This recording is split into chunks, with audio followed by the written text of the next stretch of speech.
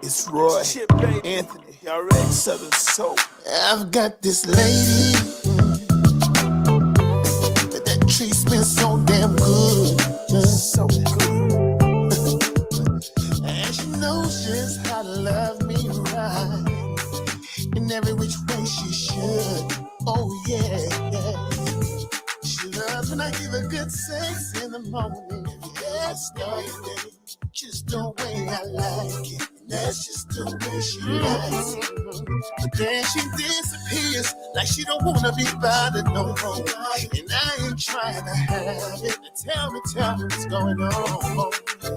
No matter how many times I done told myself, I still get it up going back, coming back for that good loving. And even though I want myself over and over again, I still get it up, going back to that sweet loving. I said I'm never going back. I told myself I'm never going back.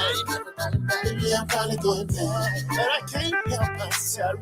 How you feel about it? Damn, that thing's so good, so good, and it tastes better than it should. What have I got myself to?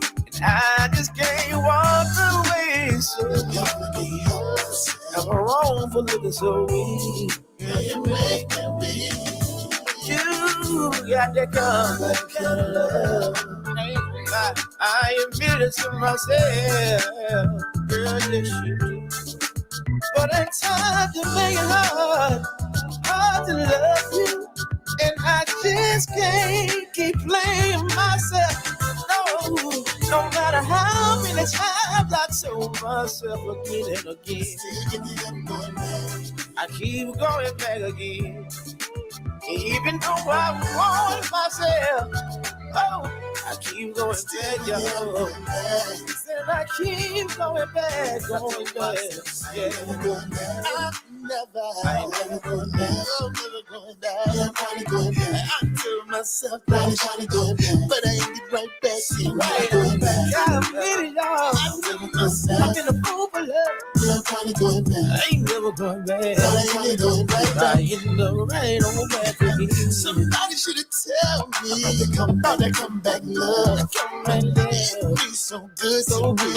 I just can't get enough. I can't get enough. Sweet like strawberries, baby, with cream on top. And she loved us cherry, and that's no lie. Somebody should have told me all about that comeback love. I keep running back, and I don't want to give it up like that. I should have known better. It was my love, but I feel so guilty now, 'cause I'm hooked on her. No matter how many times I told myself, I still feel going back. Even though I want myself over and over, still I just ended up right back where I started from. No matter how many times, still ended up going back. I ended up going back. It was just so good to me, so sweet to me. Still ended up going back. I know I'm not the only one who ever been through this before. I ain't never going back. I'm probably going back. And I told myself over and over again, see, I'm never going back. Boy, you should have told me. Probably going back. Later, running through the town, listening so blue.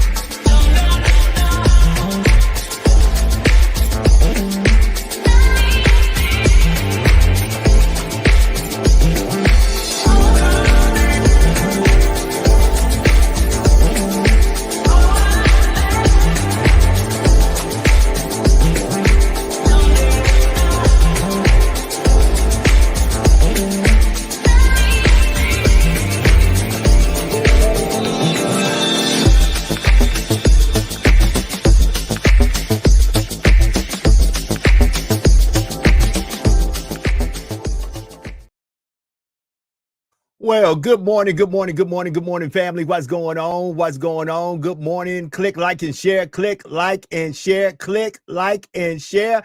Guess who's in the building?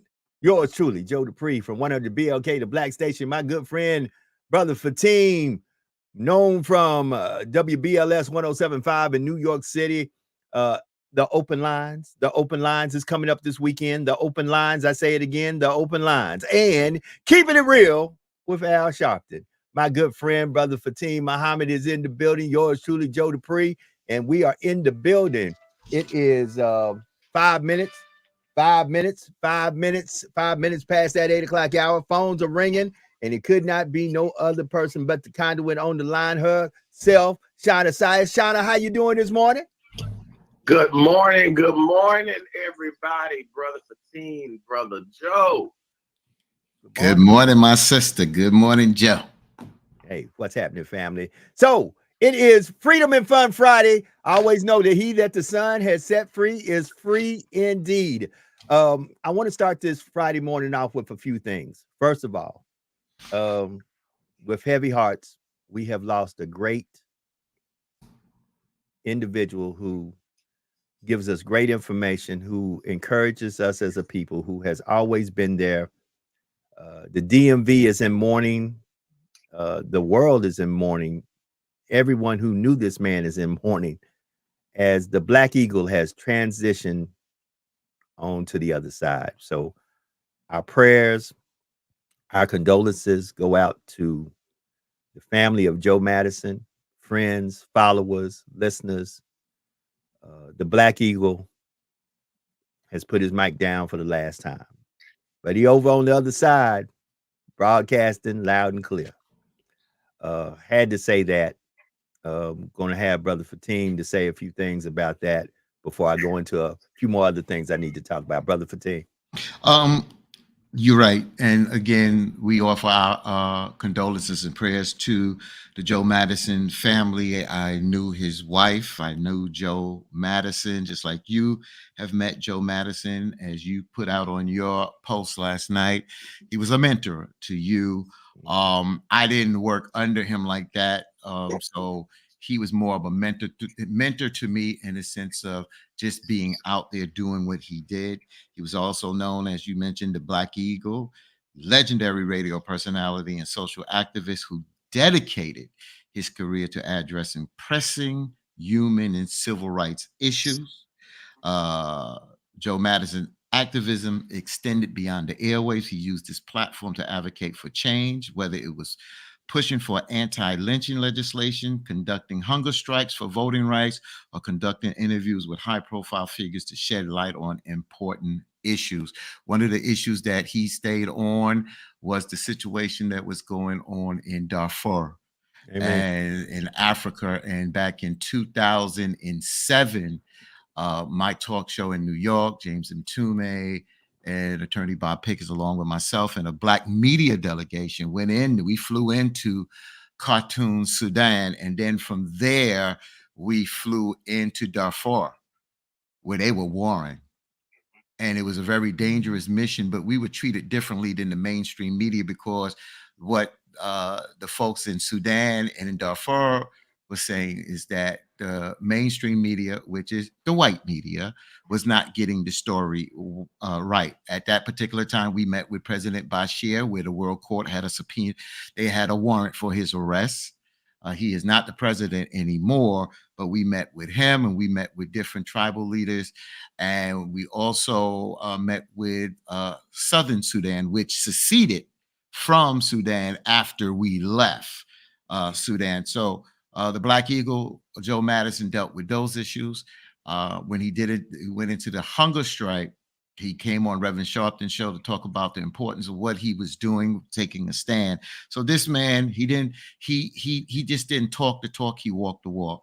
And like you said, Joe, he was a legend, and he will be missed. I thank all the folks that have come to bat. Roland Martin happened to be in, I believe, Texas yesterday.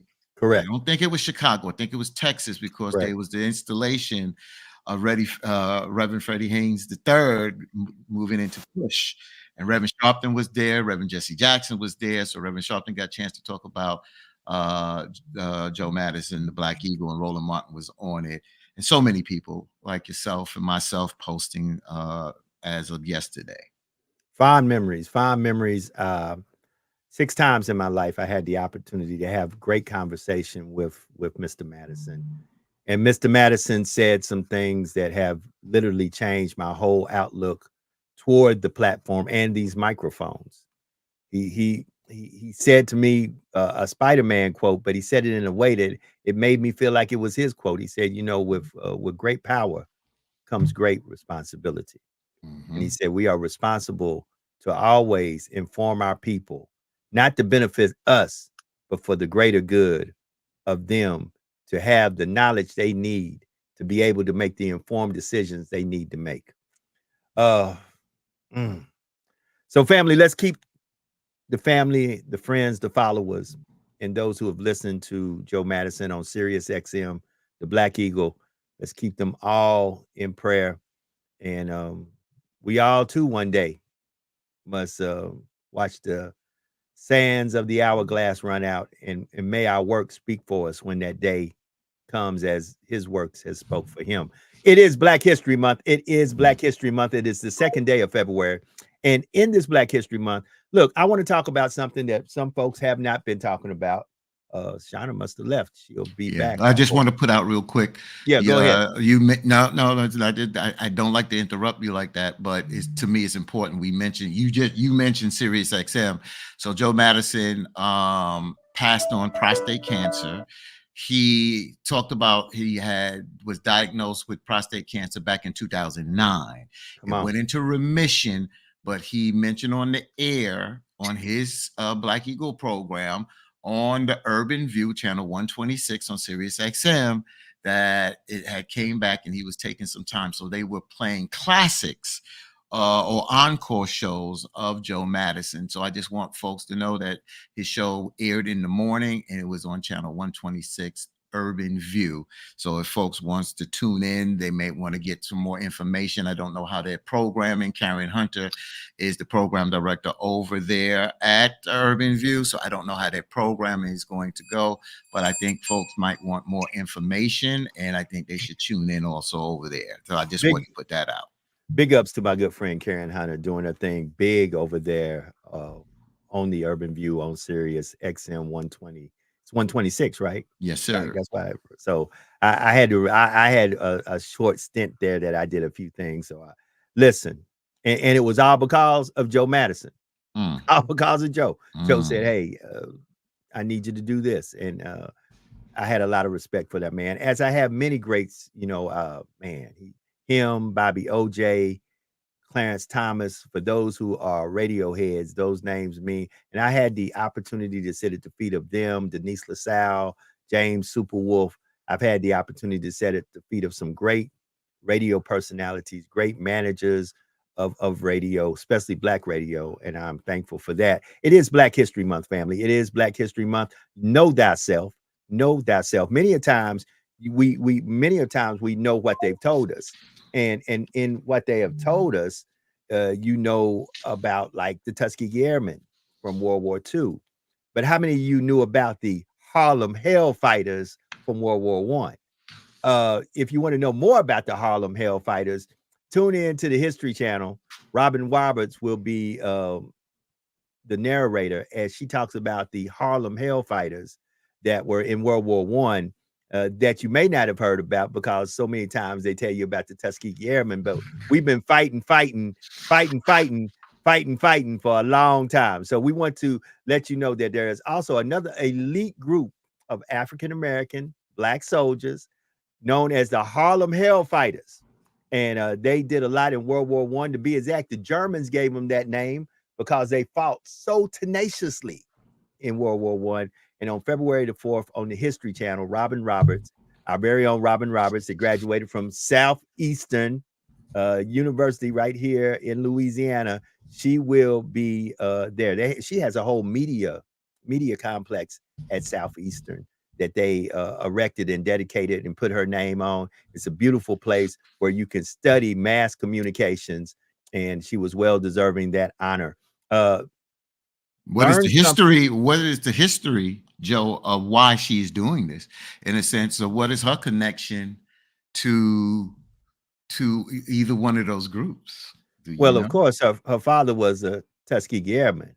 So, That is you know, correct. I don't know, were you quizzing to see if I a wanted brother knew folks it, if now a that I brother want knew to throw something, it. but yes, Robin's dad was one of the Tuskegee Airmen, Yeah, and she's very proud of that. And she was so proud that she said she wanted people not only to know about her father, but to know that there were other elite, all black groups of men who fought at a time when fighting for this country was probably difficult because they were fighting for a country that was not fighting for them. right. That part. Exactly. That part. Exactly. Shauna's on the line. Shauna, what's going on? What's going on in your neck of the woods? You keep on coming in and out. What's happening? Well, this reception out here in this country is terrible, but I'm absolutely honored to be able to learn about all of these people that are not often talked about, that contributed great things to American history. And sometimes it gets a little frustrating because our history is steadily trying to be erased or rewritten. So it's up to us to not only make sure that during these 29 days this month of February, that history continues on throughout the year. That way we don't have to have just frustration during February. I'll never forget that recently in Lafayette during I think it was the school board race, Brother Joe, there was a candidate, Holly Sanders, Brother Fatim, and she got on television after I called her out about a statement that she made on Twitter. And that statement said that February was nothing more than us hollering and screaming victim. And I was very vocal about that because I wanted to know if she still felt that way. What exactly were we crying and whining victim about? So it's imperative that our generation now continue to teach of the advancements and the contributions that we have made to this country, regardless of how lazy, uneducated, or troublesome we may sometimes be labeled to be. But while I have the floor, I want to take a moment and give a minute of Black history to my best friend, Shanitria Irving Williams, better known to everyone else as Nina. This woman has worked in corporate America for over 25 years. She has maintained who she is and where she comes from. She has created the first ever bullying prevention curriculum, along with myself here in Louisiana. She has dedicated over 400 something hours of community service and countless amounts of dollars, and no one really knows the contributions that she makes. So today, for Black History Month, on this day of February 2nd, 2024, I celebrate Shanitria Williams, one of the greats in corporate America. Amen. Amen. Let's give her a round of applause, because you need to celebrate local heroes, folks you know, because we are making Black history every day. Listen, if you're celebrating a birthday, an anniversary, if today's your special day, I'm ringing the bell for you. I'm ringing the bell for you, because today is Freedom and Fun Friday, second day of February. If it's a birthday, an anniversary, big ups to you. If you want to put it in the feed, please put it in the feed. If you want to call in where we can shout out that birthday shout to whoever you want to, or happy anniversary shout out, whatever this special day is. This might be your job anniversary day. It may be a day that you remember you hit a home run or caught a touchdown somewhere. Something happened today that made this day a special day. And since it's your special day, we're going to ring the bell and share this special day with you. Fatim, my brother. Yes, sir. Fatim, my brother. Freedom and Fun Friday. We made it through Monday, Tuesday, Wednesday, Thursday, Friday's here. The beginning of the weekend, baby. Had to get that out for somebody, because somebody somewhere said, man, I just got paid. That's It's it. Get it ready, Friday. get it ready, get it ready. It's, Come on, it's come Friday. on, It's come Friday on, night, come on. and I'm about to Hey, cut up. I'm about Yeah. to talk cut. that stuff Well, now, but, bro. before we cut up, I got to put my Black History moment out. Come here. on, give it in. Give it Before in. we go do that, so I want to piggyback off of what you said. I want to give a little history. I know I wasn't quizzing Joe, folks. It's just that we may know things, but if we talk about it and don't mention it, then how do we educate our community? So that's why I put that out. And I have a name that I got a chance to know of, a Tuskegee Airman, Dr. Roscoe Brown Jr., who lived in Harlem. Got a chance to know him very well before he passed. Want to throw his name out here. I started with books. I don't know if I'm gonna do this every show, but I have 2 books that I want to show today. The first one is called Post-Traumatic Slave Syndrome, American Legacy of Enduring Injury and Healing, by Dr. Joy DeGruy.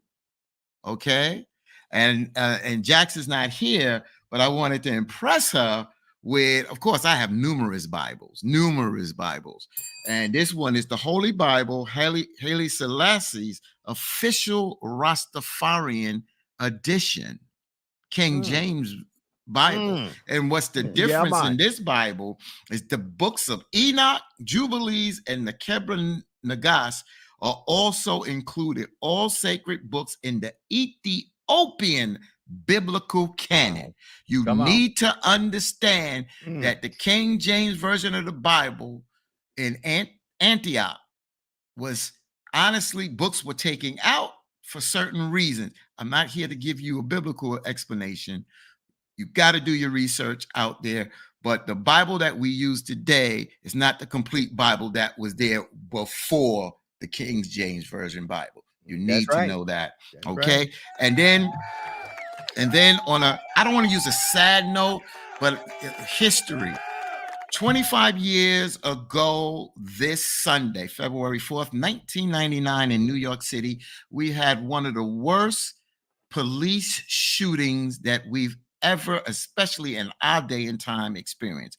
Amadou Diallo was shot and killed. He was a 23-year-old immigrant from Guinea, Africa, that was shot and killed by 4 NYPD plainclothes officers after they mistook him for a rape suspect for 1 year earlier. He was trying to get back into his building. When he pulled out his keys, the plainclothes cops shot him, and yelled gun. The officers fired a combined total of 41 shots, 19 of which struck Diallo outside his apartment building on Wheeler Avenue in the Bronx, New York. The 4 were part of the now defunct street crime unit. All 4 officers were charged with second-degree murder and acquitted at trial in Albany, New York. They moved the trial out of the Bronx, feeling that they couldn't get a fair trial, and move it to Albany, New York, where most of the jurors were white. And Reverend Sharpton, the National Action Network, along with so many other groups, stood with the family. Matter of fact, Reverend Sharpton had different dignitaries. Even the mayor got arrested at one police plaza to protest this police shooting and trying to get justice. I got a chance to know the mother, Katiato Diallo, and she will be at Reverend Sharpton's National Action Network Saturday Action Rally tomorrow in Harlem, New York at 9 a.m. Eastern Standard Time. That's what I'm talking about. Family, in this Black History Month, we do have to ask ourselves the question, will justice continue to be just us? And with that being said, Jubilee, tell me something. Hey! Watch out now. It's Friday. Don't do that. Don't do that. On this Friday, here's what we're going to do. Roll with it. Roll with it. Walking like a dog. Walking like a dog. Walking like a dog. Walking like a dog. Walking like a dog. Walking like a dog. Walking like a. Now take your dog for a walk. To be exact, I need somebody strolling on that one right there. Let's fade that out. Big ups to my man DJ Jubilee, the DJ Jubilee from New Orleans, who graduated from the Grambling State University and pledged K.A. Psi. That's another noob. That's another noob. Yeah, another one. That's another noob. Yeah, big ups to my man DJ Jubilee. We hang out all the time. Be exact, I'm gonna post this picture today. I'm gonna say, Jubilee, I kicked off this morning at 25 minutes past the hour, getting folks ready. Shauna done disappeared again because she out there in the boonies. She in BFE, but I'm gonna bring her back. I'm like Roy Chip Anthony. I'll bring you back. Listen. So you like Larry, you like Jesus. Bring her back. She's back. Now Jax is not with us on this Friday. She may call in. I know that she's going to be heading up to a part of New Jersey to spend time with her son. I applaud her for that. She is a wonderful person on this show. So we would be remiss without saying, listen, the four corners are still the four corners. It's three of us here and one of us in spirit. So on this Friday, I woke up this morning kind of in my feelings about some stuff. Okay. And I wanted to encourage some folks out there to know that when you are trying to do everything that is right, and when you are doing everything that is right, and when you do things that your intentions is not to hurt or to harm, is really to help, sometimes you will be misunderstood. You have to put yourself in a place of knowing that, if your heart and your mind is at a place that you know what you're doing and what you did or what you're trying to do is to be a blessing to our people, it's going to come with persecution. Understand this.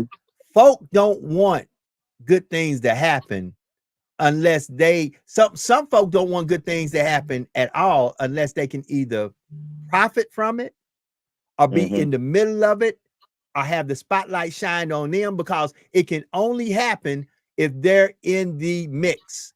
So don't be mad if you try to do something that a person feels like you don't neither have the right. And we have this problem in our communities. In communities of color, certain people, if we try to do certain things, even if it's a great idea, if it's something wonderful that can help everybody else out, some folks will kamikaze your idea. They will sink your ship because it was not their They will sink your ship, destroy your idea, and then try to resurrect your idea under another name, under another situation where they can get the credit for it. So find yourself not in a strange place if that happens. On this Friday, here's what you need to say to yourself. God knows. I understand it's not comfortable. And I'm not trying to preach on this Friday. I understand that sometimes you feel like, oh my God, what is happening? But at the end of the day, know that God knows. And if God knows, and God is who we believe he is, not who you say he is, your talk has to be superseded sometime by your belief that you know he is who he is. And when you know he is who he is and he can do what he does, let them do what they do. In the end, you're going to win. Brother Fatim. You know, I'm listening to you, and I want to kind of piggyback. I wanted to piggyback, but I wanted to piggyback off of Sister Shauna, because I just hear when she talked about, when she called out this individual, it's about doing. And as you were speaking, Joe, I go back to a conversation I had with my mother watching the story of Dr. King when I was younger. And I just looked at how they sicked the dogs on us back in the 60s and how we were treated. And I thought about that, and I thought about Jesus. And I said to my moms, if I was in Jesus' time, I would be with Jesus. If I was in Dr. King's time, I would have been with Dr. King. And then the question came to me, well, you are where you at today. What are you going to do? So I be honest with you, Joe. I listened to what you said, and I think that sometimes we are persecuted and we're beaten up so much that we have to pull within and go to God. I've never said it the way you said it. I've never went to God. I just stood on the principle of right and went there. Mhm. And if I got persecuted, I stood with Tawana Brawley. And anybody know that was a young lady from Wappington Falls, New York, that said that she was raped. A lot of people called her a liar. I was one of her security agents. Mhm. And some of my friends, why are you with her? Why are you with Reverend Sharpton? You got to realize Reverend Sharpton was Right. not Revel, and still some people And don't still like not. him And today. still not. And still Exactly. not. But but I didn't go to God. I just stood on that principle. When I was in college and I stood with the solidarity of the Atlanta childhood murders and wore a green solidarity ribbon because Black folks, especially kids, were being murdered in Atlanta back in the 80s. Certain white folks looked at us and, what are you doing? I felt that I'm Mhm. standing on righteousness. So that's how I am. And I believe in myself. I believe in God. But sometimes I do question, why do we as people of color go through so much hell? Why do we go through that? And when I ask that question, I don't ask it just to myself. I ask that to God. Amen. Why? If Amen. we are the I did that this so-called morning. chosen Oh, people, I did that this morning. Yeah, amen. why do we catch so much hell? But I didn't look at it from that perspective. But maybe I haven't been dragged through the coals like a Reverend Sharpton, where he got to get up, hear himself on television when his kids were little and try to shield certain things. When he was stabbed, we had to shield when he was stabbed from his children. So I didn't have to pull on it from that point of view.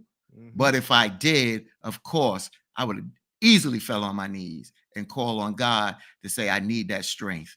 But I'm driven by emotion, and I'm driven about righteousness and justice. And Fatima, before I let Shauna jump in and say what I'm sure she wants to say, let me say this.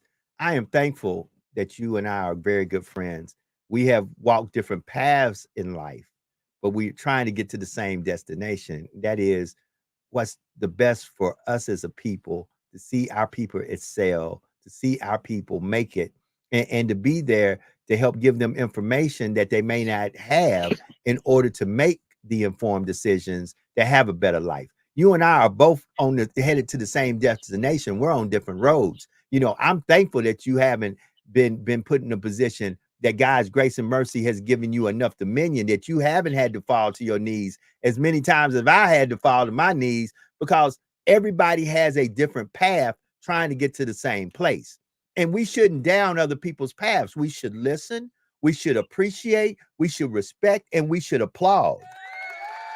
But too many times we don't do that because we are so filled with this competition, and we filled with this always got to put. Listen, if you have to, anybody, I don't care who you are, present company included, if your rise to power is on the backs of the downfall of somebody else, because you were a part of that plan to destroy that person's life to get you to the place and the position that you wanted to get to, just understand this. I always remember the Shawshank Redemption. One of my favorite parts in the Shawshank Redemption is when they catch up with the warden, this honorable man that the community loves, and he's the warden, and he's the good warden, and the bad folks are in jail, and they reveal all the dirt that he had been doing. And when they come to get him and they were knocking at the door, he couldn't face what he had allowed folks to face. He got a gun, put the bullet in, and he said, nope, it's time for me to go. Such a cowardly way. And guess what? We got a lot of cowards that look like you and I. And guess what? I remember what that picture he had on the wall said. Oh, justice comes, and it comes righteously soon. So I just trust God. It's hard. Yeah, it's hard. We all deal with situations and circumstances. And unfortunately, even when you stand on righteousness, sometimes when you go through all that you can do all you can do, you got to fall on your knees, because you say, Lord, have you forsaken me? Have you forgot about me and my people? Have you forgot, Lord, did you take me out of Egypt to put me in front of the Red Sea with Pharaoh barreling down on me and my people just for us to die right here? Lord, because that's what we do. We got to be honest. Many a times, I'm going to give you the honest talk of this so-called, because we need to talk about church hurt, religion, and spirituality. Those are all different things. And unfortunately, we put them all in one jar and we shake it up and say, here it is. No, it's different things. I'm not so naive to my spirituality that I understand that there comes trials, tribulations, and at them times, you get tested on who your friends are, you get tested on who you are, and you get tested on who God is. Because I have, as of late, looked up to God, and me and God have had some choice words. I have cussed at God. I have been mad at God. And guess what? There's nothing wrong with that. Because most folks ain't gonna preach about that on Sunday morning. Like I said, too many folks these days, and I'm gonna do it again. They can get mad at me all they want to. Too many folks these days are shot of my Honda, got their Bible on this, and they got their Bible and Pornhub on the same device. They got one foot in the church and one foot watching porn. And those are the facts. So the Bible speaks on that. The Bible says when you're double-minded. The Bible says you can't serve two masters. So many a times the reason we're so confused and messed up, we've got people in leadership who are good leaders on the outside, but they're dealing with a lot of mess on the inside. And sometimes when it gets exposed, that's why we wind up getting devastated, Fatim and Shana, because when you put your trust in somebody and you find out that person you trusted does something immoral or illegal, it makes you feel like, oh my God, nobody's safe. Shana, the floor is yours. That was a whole lot to catch and cover. Yeah. But I'll kind of start in the middle. The reason why sometimes people don't, quote, live up to our expectations or what we think they should do is, number one, that we have given them a level of expectation that we're not even certain that, number one, they deserve, or number two, that they can fulfill. Okay, a lot of the quote church conversation is often misconstrued because we forget that the people that are in the church are just that. They are people. Okay, whether you are in the pulpit, in the choir stand, the deaconess board, whatever it is, you are still a student and disciple. We are all here to do the best we can to walk in God's way and to follow Jesus's law. But we know from being down here that is one of the most difficult things to do. I heard Brother Fatim mention about, all of his fight and struggles that he did for equality back in the day. That is no different from what's going on today. There's been many times that not only did I have to kneel down to talk to God, I laid down because I was just tired. It was very difficult for me to speak out against the Jamie Bazeron ordeal and the mockery of the death of George Floyd, and then to still have difficulties trying to explain to people why this was wrong. And I think we upset and we disappoint ourselves a lot of times because we want people to see it our way or to see why we're doing it this way, when that is not the purpose in the first place. Anxiety, depression is created when you try to shrink yourself to someone else's ability to accept you.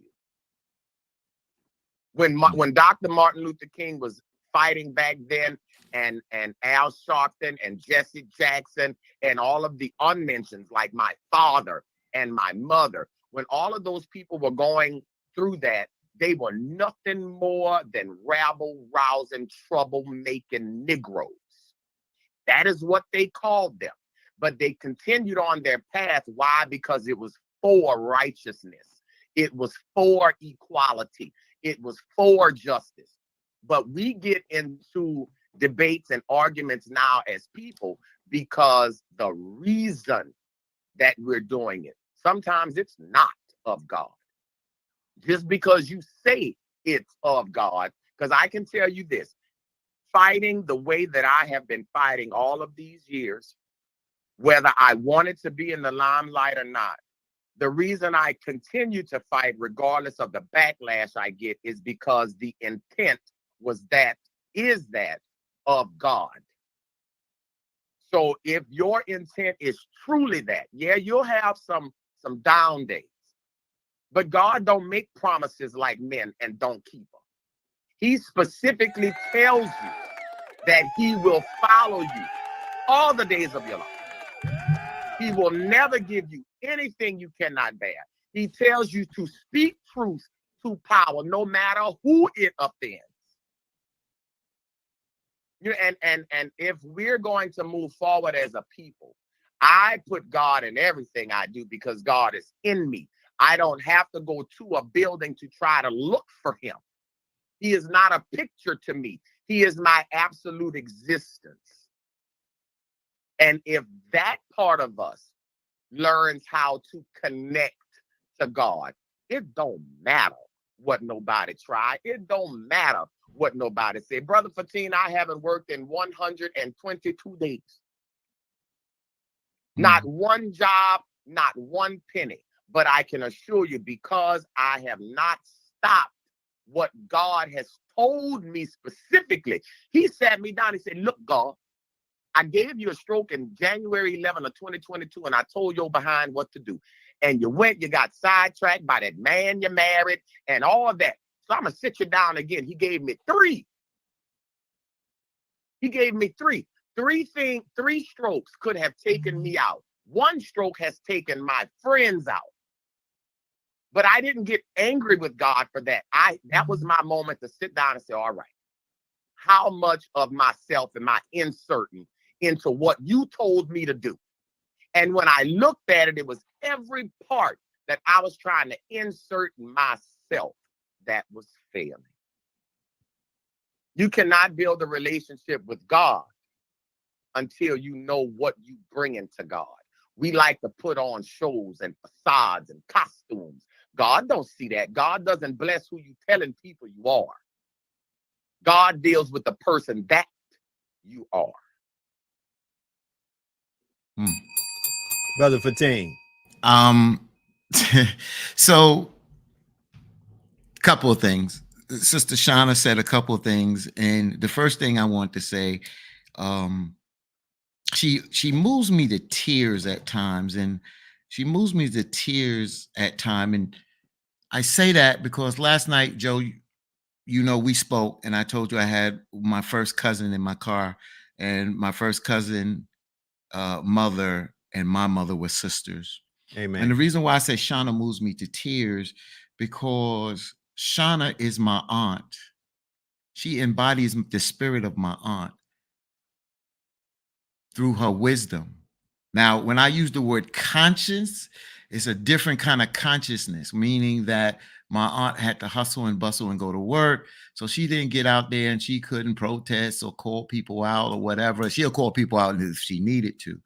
But why I said I moved to tears, because Shauna reminds me of someone that is not walking this earth. My aunt is not here. My mother's not here.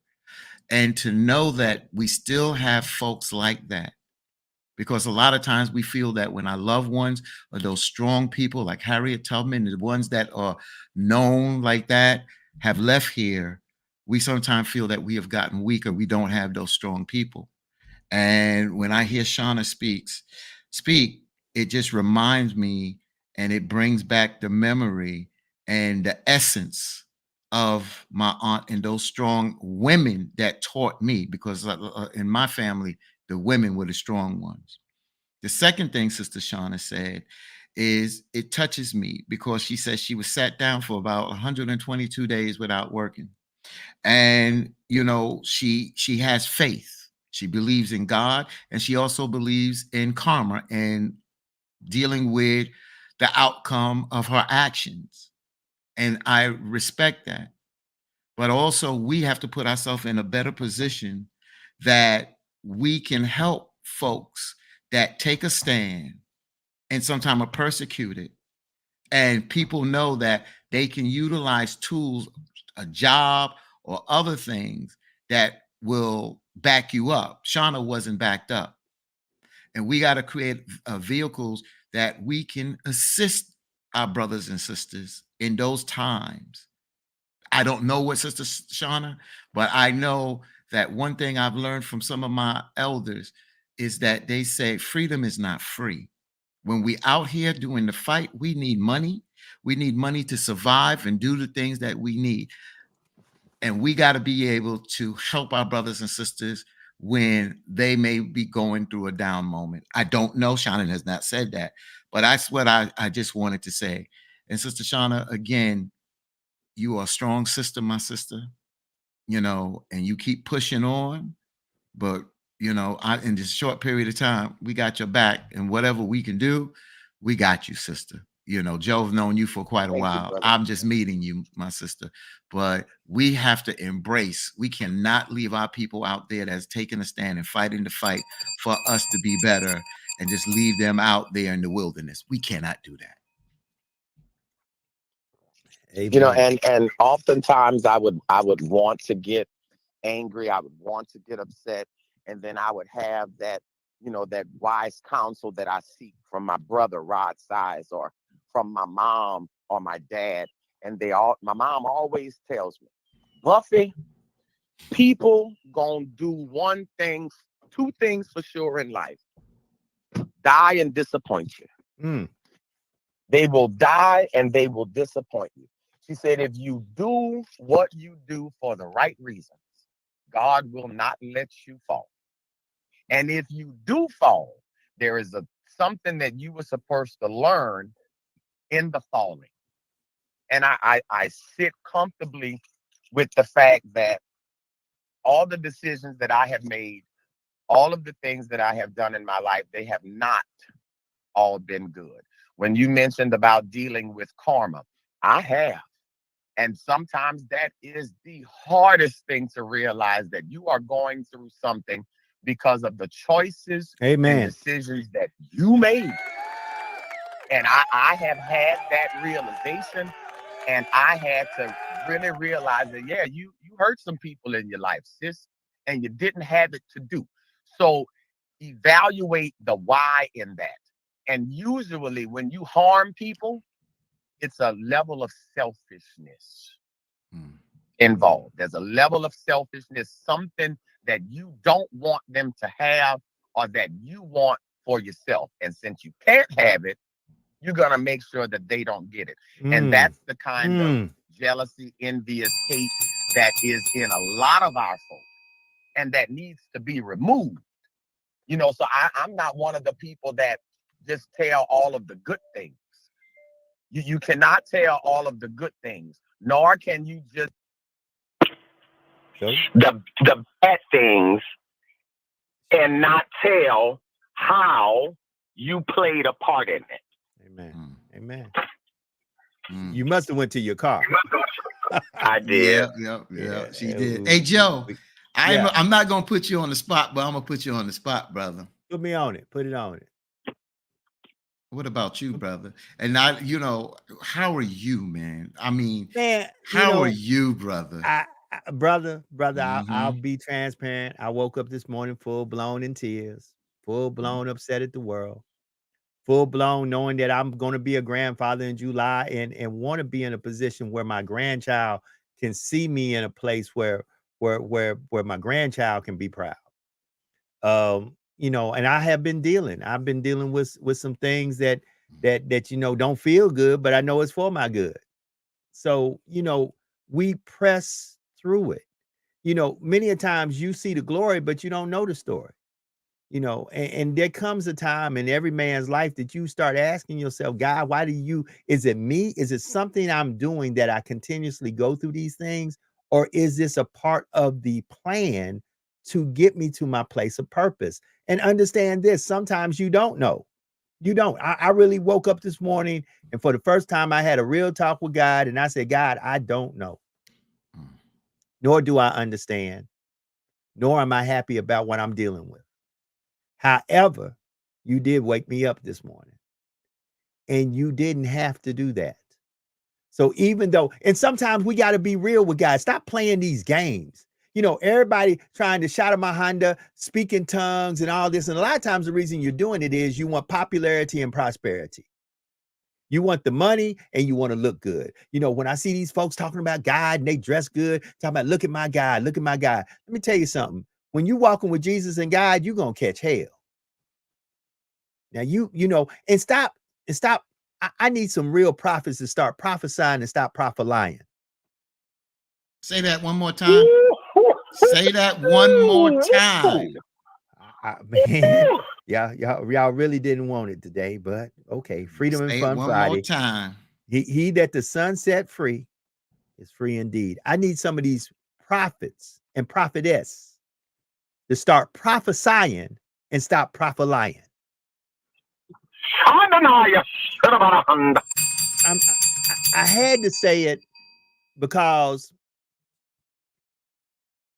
many of you are not who you say you are. You're really Pied Pipers, and you're leading all of these folk to the river to drown.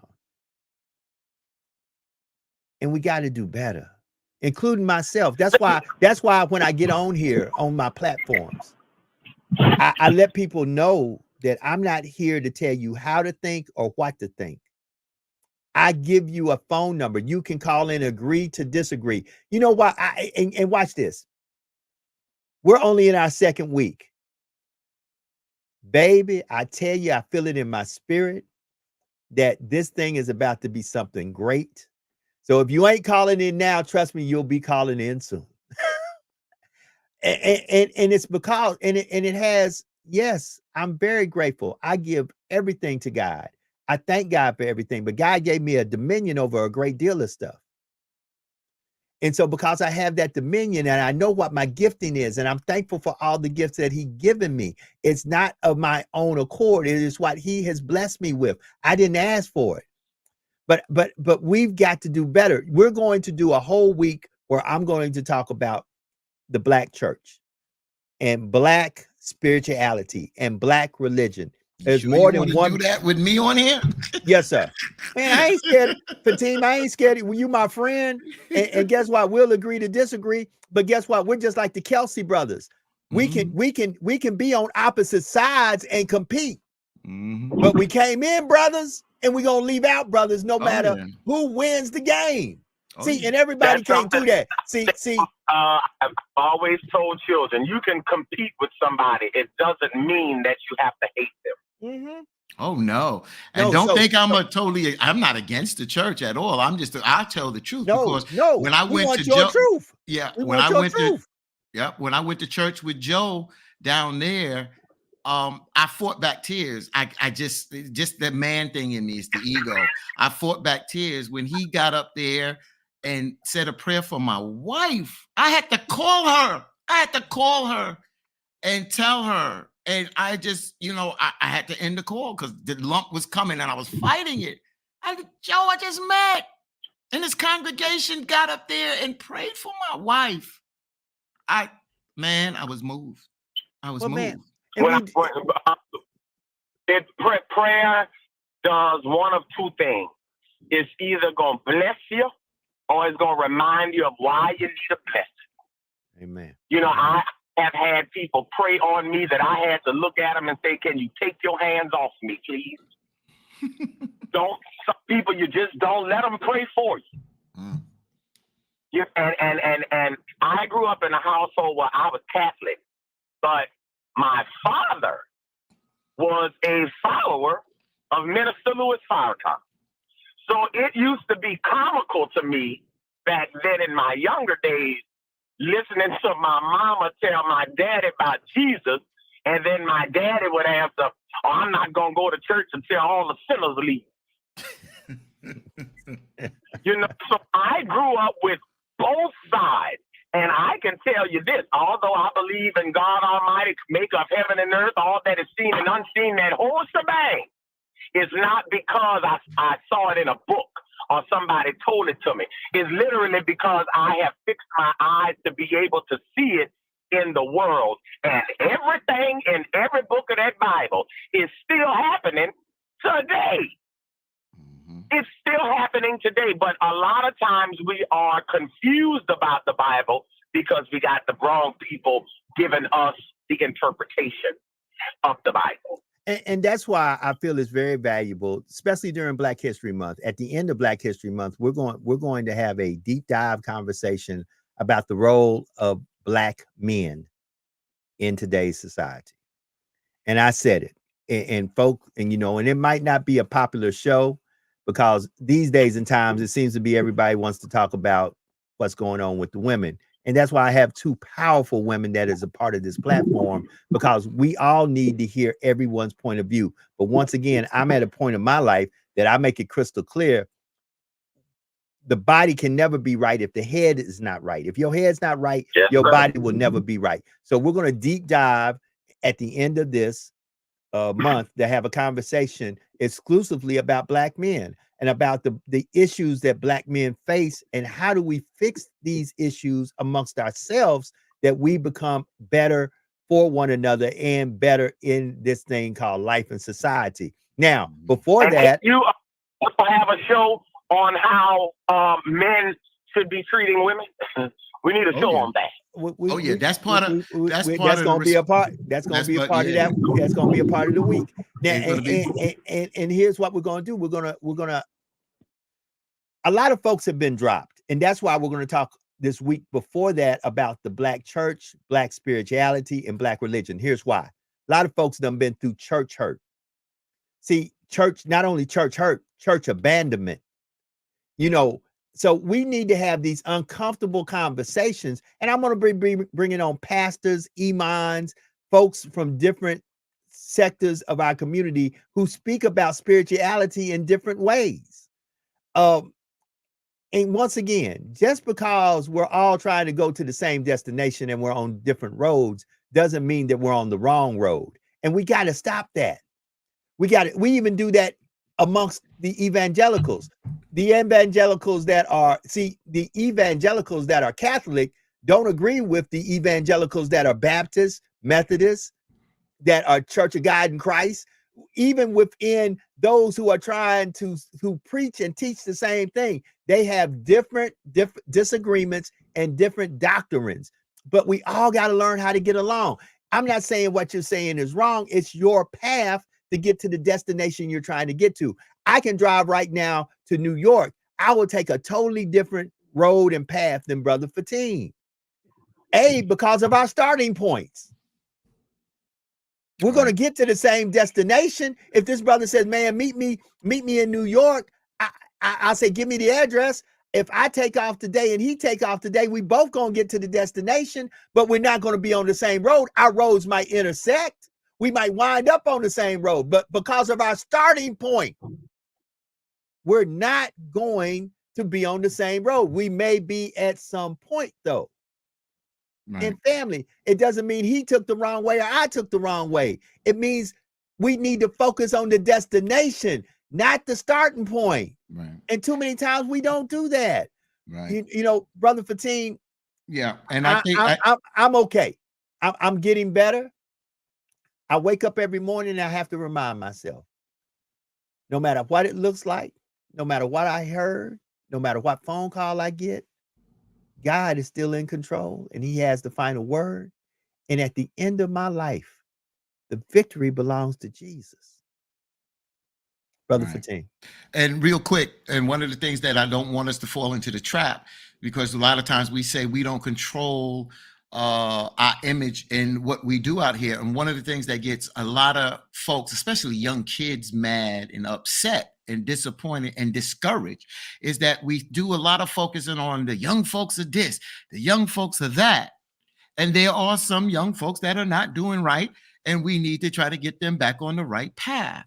But what we fail to do is we fail to put the spotlight and uplift the ones that are doing well. So we can't make the same mistake with men that are doing right and living right, because when we continue to tear down the bad men, which we should, we gotta uplift the good men and show them as examples. Because if you don't, you discourage them, and they're sitting back and saying, well, I'm doing the right thing, but you never even take a time to find where we're at or talk with us. So we got to make sure that we uplift. It's nothing wrong with exposing the problem and talking about correcting some of those issues, but we have to use examples of those that are doing right to give those examples to those that are not doing right. And we have to do that by uplifting those that are doing correct.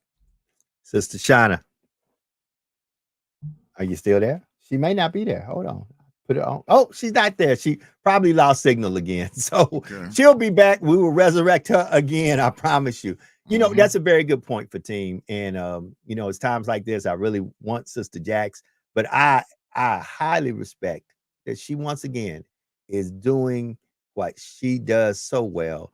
And it starts, listen, charity starts at home, then spreads abroad. She's making sure that everything is right in her house and dealing with her son and checking on his education. And many a times we have to all get to that place that we stop cleaning up everybody else's house and we clean up our own house. And you were very right. We're going to try to do a deep dive coming in this month of two things.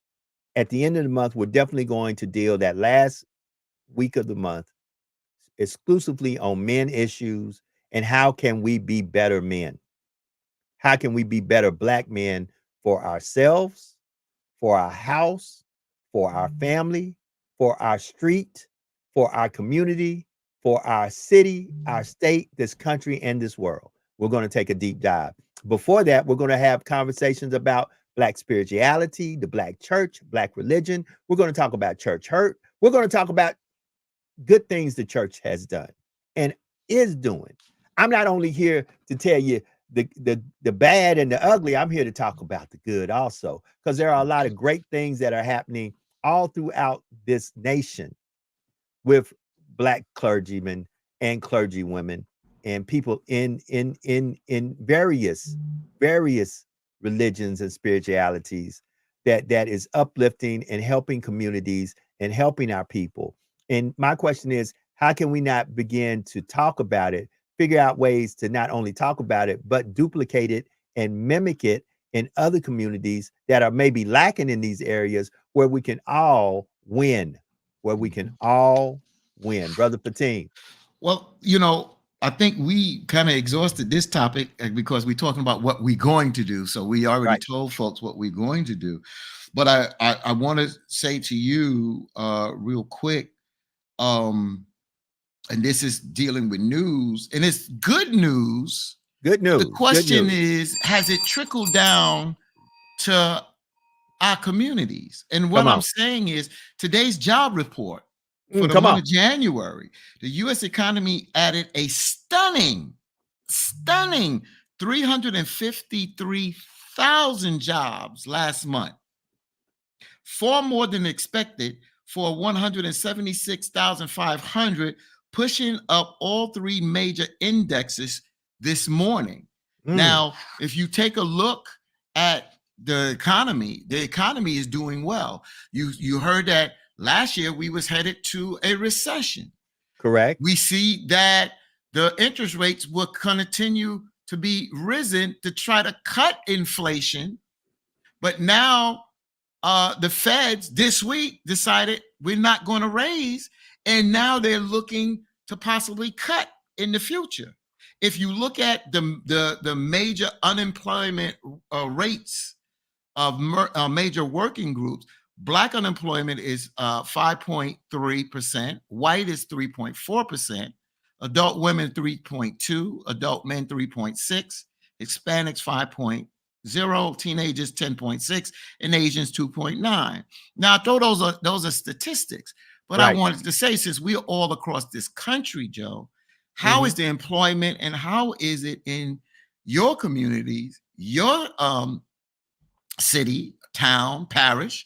How is the working opportunities for folks out there when you get these type of numbers and hearing that the economy is doing well? Has that trickled down to your next door neighbor, to your son, to your cousin? That's what I want to know. I'm glad you asked that question. And I would like some folks to chime in. The phone number is right there, 225-250-8770. To be exact, let me put it up a different way. Definitely, I would like for some folks to call in because I'm going to give you my monologue on how I feel about it. Don't call the top number, call the bottom number, 225-250-8770, 225-250-8770. You can call us now. I want to know, how do you feel? Do you feel? Because here's what I want to bring up. Even though those numbers never lie, never. They can be manipulated to tell a certain story, but whatever story you're trying to have told, numbers never lie. My biggest question is, with such high numbers, when are we going to get to the place where we begin to say, not only are those numbers good, but everybody who's in those numbers are making a living wage? It's one thing to work and one thing to be counted as a part of this working group of folks and this work number. But how many out of those numbers are making a living wage? Now, you may say, what's a living wage? A living wage is when you're making enough money that you don't have to choose between food on the table and rent. You don't have to choose between keeping the lights on and food on the table. When are we going to get to the place where folk in this country are not only working, but they're making a living wage, a wage where they don't have to choose between this or that? That would be my question, Brother Fatim. And you hit it right on the head. A lot of people are working, but if you look at some of the young people that are have to step out there on their own, I think Shauna said the other day, and you should know, Joe. I mean, to me, I'm not here to jump on a certain group of political folks, but when she said the minimum wage is what, like $7.25 down there. In Louisiana. Yeah, that's crazy. And don't come back and try to tell me, not you, don't come back and give me that old okie doke. Well, the cost of living is lower here.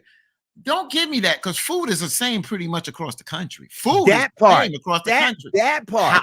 Housing may be, and healthcare. Exactly. Housing may be a little cheaper in different regions, but since COVID, a lot of people have moved out of some of the larger cities and populated some of the smaller cities where the rent and mortgage was lower. And you know what now? Owners have realized this and has bumped up the rent. You understand? You know, we're going to go down two rabbit holes. First rabbit hole was a living wage. Second rabbit hole is, watch this. People will talk about quality. They will talk about affordable housing, but they won't talk about quality affordable housing. Correct. See, words.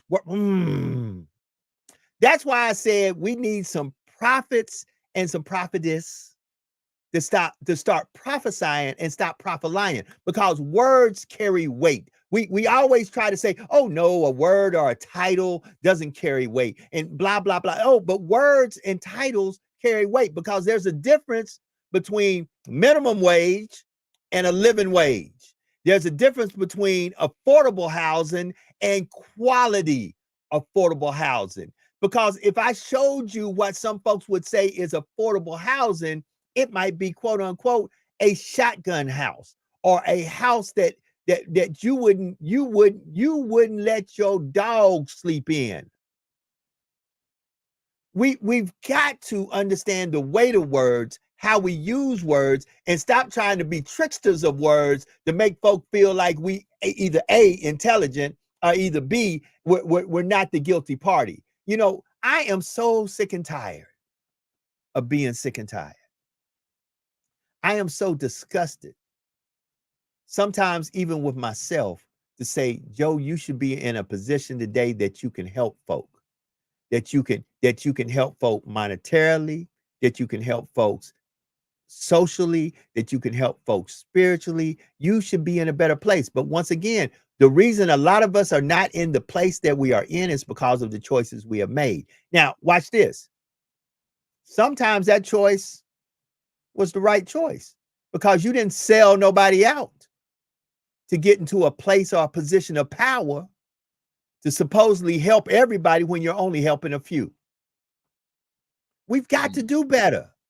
We all have to wake up every morning and hashtag start with self. Look our own good self in the mirror and say, what have you contributed yesterday to help folks? And what will you contribute today to make life better for somebody who absolutely cannot do anything for you at all?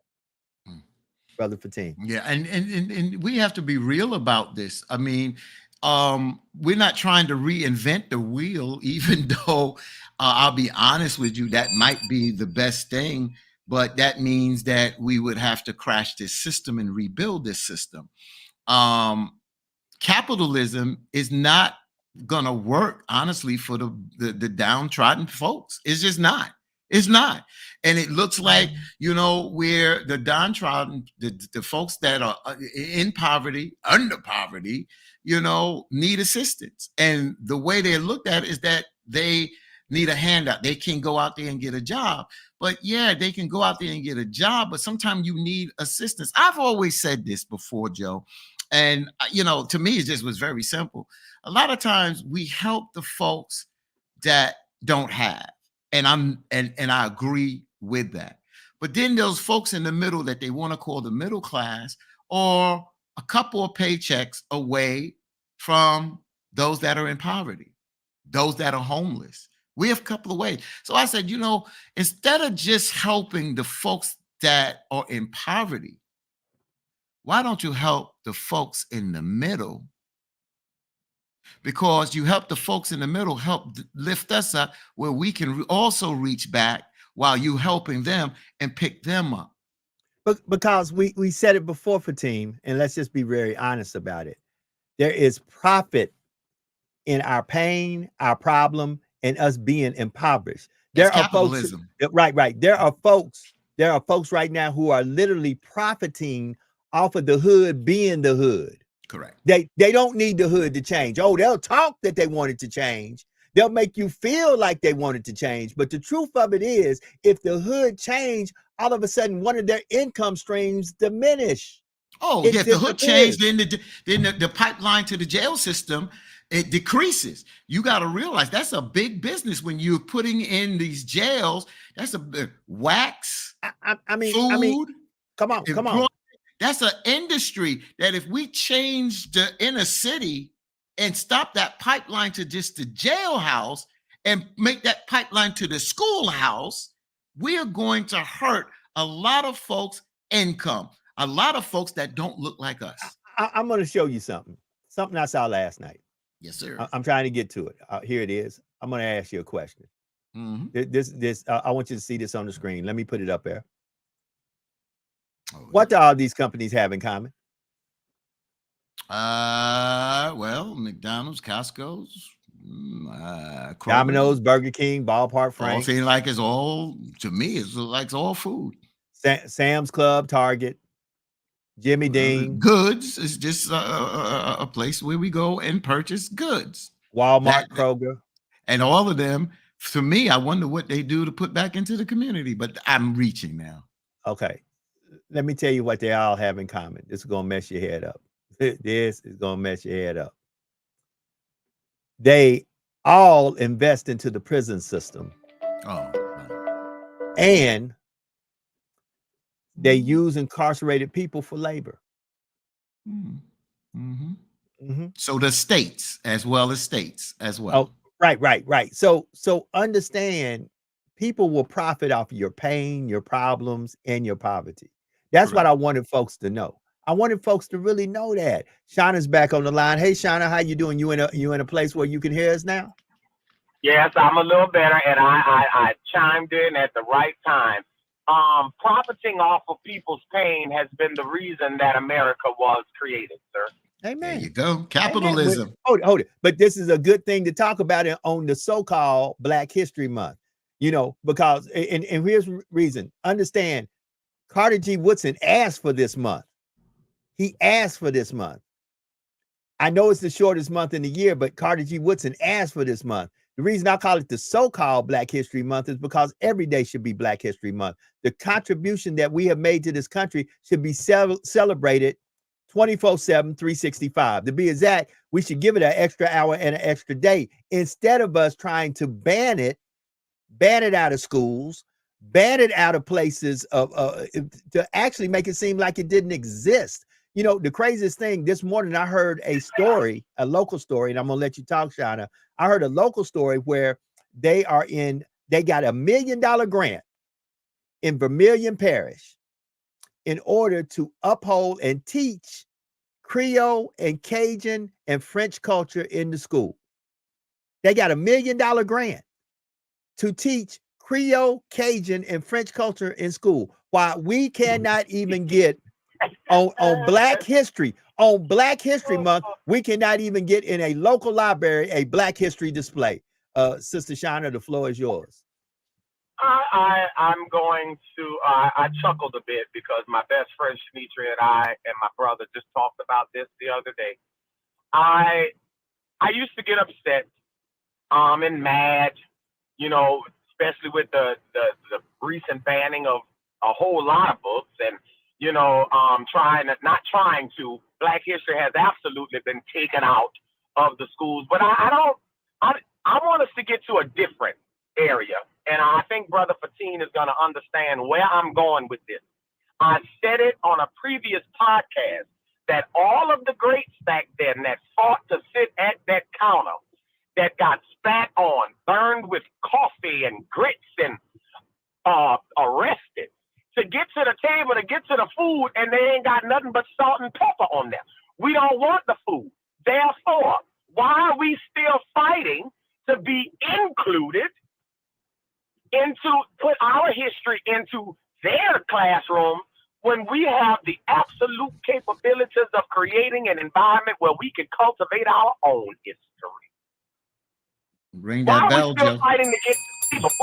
Why are we still fighting to go sit at tables in which we don't like the food, we don't like the service, we don't care for the people nor the environment? Why? That is the definition of insanity. Doing the same thing over and over and expecting a different result. Civil rights is still being fought for, and we still fighting for it. And I think it's crazy. I really do. Brother Fatin. Brother Fatin. I was looking for the exact quote, but I know it pretty much. That Dr. King, when he gave his "I Have a Dream" speech in 1963 on the March on Washington, which was not the first time he had given that speech. Folks need to know that history. And if you don't know much about Dr. King, you should pick up the 7 books that he has written himself. But Dr. King in 1968 was not the same Dr. King in 1963. So when he talked about us being together and trying to integrate us into this system, he realized how broken this system was. If you listen to his whole speech, he talked about the check that the United States gave to us, which bounced, which had insufficient funds. Back in 68, he said, I now see that maybe I tried to integrate us into a burning house. You understand what I'm saying? So yes, Sister Shauna, I know exactly where you went, you was going and where you went. And we have to change our tactics at the end of the day. And I'll challenge a lot of the civil rights organizations.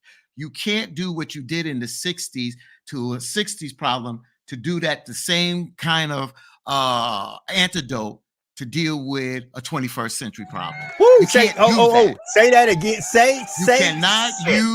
I'll change the phrase a little bit. You can't use a 20th century problem that you used during the 20th century in the 21st century, because you got to realize our adversaries have gotten more clever and sophisticated and cunning. And if we continue, and I don't want to I'm not knocking the brothers and sisters, because it took a lot of courage for them to do what they did, and they got some things done. At that time. Now in the 21st century, they are rolling back the things that you have worked, died for.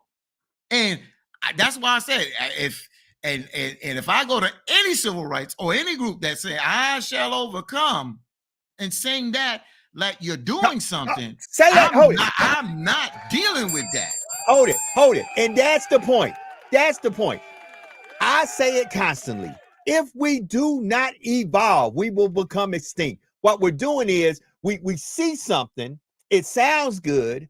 We think then we can imitate it or emulate it, and all of a sudden we'll get the same results. Listen, family, at the end of the day, when all is said and done, what worked back in the 40s, the 50s, and the 60s will not work in 2021 and going beyond. It will not work in 2024. It will not work. You have to evolve. You cannot sit there and say, we're going to sell chicken dinners. We're going to march. We're going to do this. We're going to do that. You cannot. We have to learn.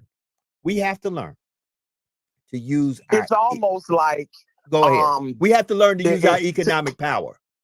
Go ahead. To me, it's the equivalence of you going into the doctor's office and your blood pressure is triple digits over triple digits. And he gives you a medicine. 2 weeks later, because you're supposed to take a medicine at least 2 weeks for it to get in your system. 2 weeks later, you go back and your blood pressure is even higher. So they give you the same medicine again. That doesn't make any sense. My thing moving forward is we need to get those people who were not affiliated with them 60s, 70s movements.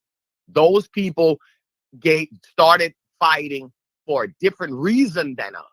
Right. Even the reasoning isn't the same anymore. These young folks, and I'm speaking directly to the younger generation, these younger folks, and although it is sad, don't get me wrong, they don't care about Martin Luther King. They don't care about Rosa Parks. Why? Because they have access to all of those things that they fought for. What they don't have access to is a fair trial. They don't have access to getting good representation so they don't get slapped with felonies so they can't vote. They're doing different things to us. Hold on, Shauna. We have women that don't get paid the same. I talk with Shanitra all the time. She was in corporate America. That woman literally had to tell me, and I'm 48 years old, Brother Fatin, Buffy, you need to start asking for what you are worth. Even though you have the same degree as someone, your contributions are greater. So what we have to teach our younger generation is that even though you may not have what they think you should have, you have what you have. And it can be beneficial to the entire race if you perfect it. Okay. I want y'all to hear this. It's times like this. I got to play this. And I want y'all to really listen. And I want everybody who's on to click, like, and share. Click, like, and share. I play this often, but listen to this. Listen to this. Listen. I heard him call out. I heard him call for his mother, and I didn't even call my mother. I wanted to avoid talking about the elephant in the room, the pig on my neck, the devil on detail. We were born of a people who were torn from their people for the root of all evil. From it sprung the trunk, the branches, and the fruit of all evil. Unless they need you, they act as if they don't see you, besiege you, and tell you to cooperate as if it's something you agreed to. But for a criminal's constitution, nothing's illegal, except people who were once property, destroying property, upheaval. Keep your eye on the sparrow, the bald eagle, defeathered and beheaded at the stoop of the steeple, guarded by soldiers, stupid yet lethal. It doesn't matter if a liar has a republic or democracy or monarchy, it's malarkey. Don't mind me if I seem a little off-key or I sing a little off-key. But when we're on keys, we can unlock things. Souls freed, otherwise held hostage. On the ebony and ivory with the heart of a Gnostic, but hands of a locksmith, a pharmacist, a prescription for the toxic, eating away at our subconscious. 8-ball in a corner pocket, 8-ball on a corner carpet. How can we stop it when the cops and the robbers, money is their religion, they follow the same prophets? So don't mind me if I seem a little off-key, or I sing a little off-key, but once we're in tune, we can conduct the cosmos, conductor of the orchestra, conductor of the Underground Railroad. Don't you see the kick, the thump, the heart, the crashing cymbals as symbols of shields? No Captain America, no cap in America. If you're black and the finger snap, fade the black in America. So don't mind me if I seem a little off key or I sing a little off key. More than mere melody, using horn and string to quarantine from a disease that sees us as less as human and more as things. So we don't play music, we pray music. Those same nooses hang useless, raise the dead like Jesus did.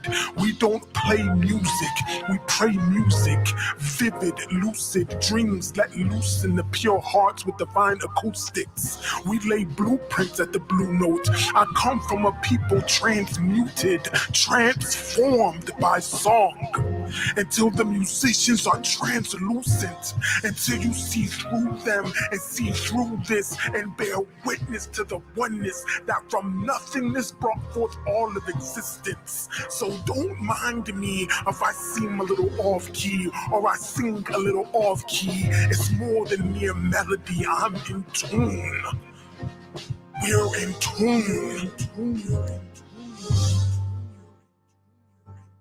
We need to be in tune.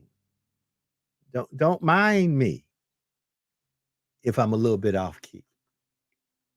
But we need to be in tune. The first part of that transformed my way of thinking. George Floyd called out for his mother. I didn't even pick up the phone and call my mother. I can remember that day. I was at work and they were sitting in the break room and I had heard about it, but I didn't want to watch it. So against my better judgment, I sat and I watched that man, and I have watched many people, Brother Fatin, transition from one life to the next. I have watched and held hands of people in different kinds of death, horrific ones and easy ones. And I can tell you that in 27 years, my heart's still not right after watching it. And then watching them blame that black man, watch them uphold the officers, watch them uphold those who made mockery of it. As a nursing professional, nothing hurt me more than watching that black man be deprived of oxygen. Be deprived of oxygen. And then for almost all of America to blame the woman who recorded it, to blame those who spoke out against it. And the most hurting part was that there were plenty white folk that justified it because he might have used drugs, because he might have been arrested before, because he might have passed a $20 bill that wasn't real. And then you still want us to peacefully protest. You still want us to calmly talk to you. As a mother, I still call my son every day. I make him answer me every night before going to bed. Why? Because I'm that black mother that's afraid that one day they're going to take the breath from my black son. Mm. And that's why I do what I do. Because as you just stated, you're a black mother with a child, a son in America. There are so many pitfalls that are set and traps set for us that we don't know if we'll make it to the next day. And that's why I said I would not wait for it to hit my home to get involved. I want to get involved so it won't hit my home and hit other folks' home. Just as you mentioned George Floyd, I think of Eric Gardner in Staten Island selling Lucy cigarettes, choked to death, died on the television just like George Floyd. You understand? And that's Breonna why we Taylor, do. Ahmaud Arbery. Exactly. And say their name. Say their name. That's it. And Tracy Kelleran. Come on, say their name. And there's so many. It's so many. We done lost. We hold it. We have become numb. There's so many from Exactly. from the Tamir Rices that we have Yes. become numb. See, the thing about hold I'm- from the Emmett Tills, we have become Yes. numb from the Black Wall Streets, where the lies of folk who didn't look like us literally devastated us and destroyed our communities. We have become numb. And then to have some of us like Tim Scott, some of us who look like us, to be advocating against us. That's What why the we have to make examples of them. And the point that I'm sorry, Joe, I want to make this point. Brother. And I could be wrong on, don't tell me who that person was on that song, but just because there's another point I need to make. So coming from the last poets out of the 60s to elevate, and I could be wrong on this person who did that. It sounded like my friend Chris, who's also known as KRS-One. I'm not sure if that was KRS-One that did that, but whoever did that, it shows the evolvement of that. I also, and Shauna and you, we all talked about the tactics that we used in the 60s. We need to upgrade those Amen. tactics in the 21st century. That don't mean we abandon all of those tactics. Oh no. We upgrade, we use some that are effective, but we upgrade those tactics. Now, this is what's so important.